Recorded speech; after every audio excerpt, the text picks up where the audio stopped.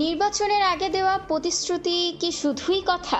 না, ক্ষমতায় বসার 1 মাস না পেরোতেই নজিরবিহীন গতিতে প্রতিশ্রুতি বাস্তবায়ন করে যাচ্ছে বিএনপি সরকার। ভোটের কালি নখ থেকে মোছার আগেই অর্থনৈতিক মুক্তির পথে হাঁটছে দেশ।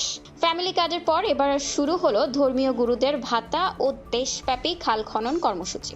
শনিবার রাজধানীর ওসমানী স্মৃতি মিলনায়তনে প্রধানমন্ত্রী তারেক রহমান খতিব, ইমাম, মুয়াজ্জিন সহ সব ধর্মের ধর্মীয় গুরুদের জন্য আর্থিক সহায়তা কর্মসূচি উদ্বোধন করেন। পাইলটিং স্কিমের আওতায় প্রথম পর্যায়ে প্রায় 17,000 ধর্মীয় ব্যক্তিত্ব এই সম্মানই পাচ্ছেন। প্রধানমন্ত্রী বলেন, নাগরিকদের দুর্বল রেখে রাষ্ট্র শক্তিশালী হতে পারে না, তাই প্রতিটি শ্রেণী পেশার মানুষের সামাজিক নিরাপত্তা নিশ্চিত করাই সরকারের লক্ষ্য।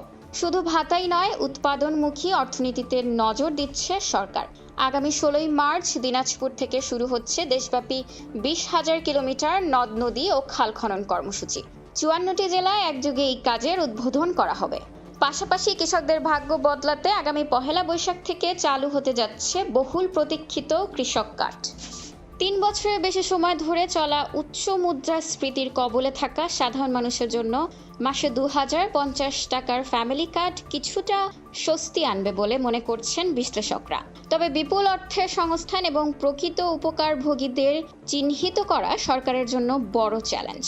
প্রধানমন্ত্রী স্পষ্ট জানিয়েছেন, ফ্যাসিবাদ মুক্ত এবং অর্থনৈতিকভাবে স্বনির্ভর বাংলাদেশ গড়তে প্রতিটি নাগরিকের ক্ষমতায়ন নিশ্চিত করা হবে। মাত্র 30 দিনে সরকারের এই ব্যাপক কর্মযজ্ঞ কি পারবে দেশের অর্থনৈতিক চিত্র বদলে দিতে? জনগণের প্রত্যাশা আর সরকারের প্রচেষ্টার এই মেলবন্ধন শেষ পর্যন্ত বাংলাদেশকে কোন উচ্চতায় নিয়ে যায় সেটাই এখন দেখার বিষয়।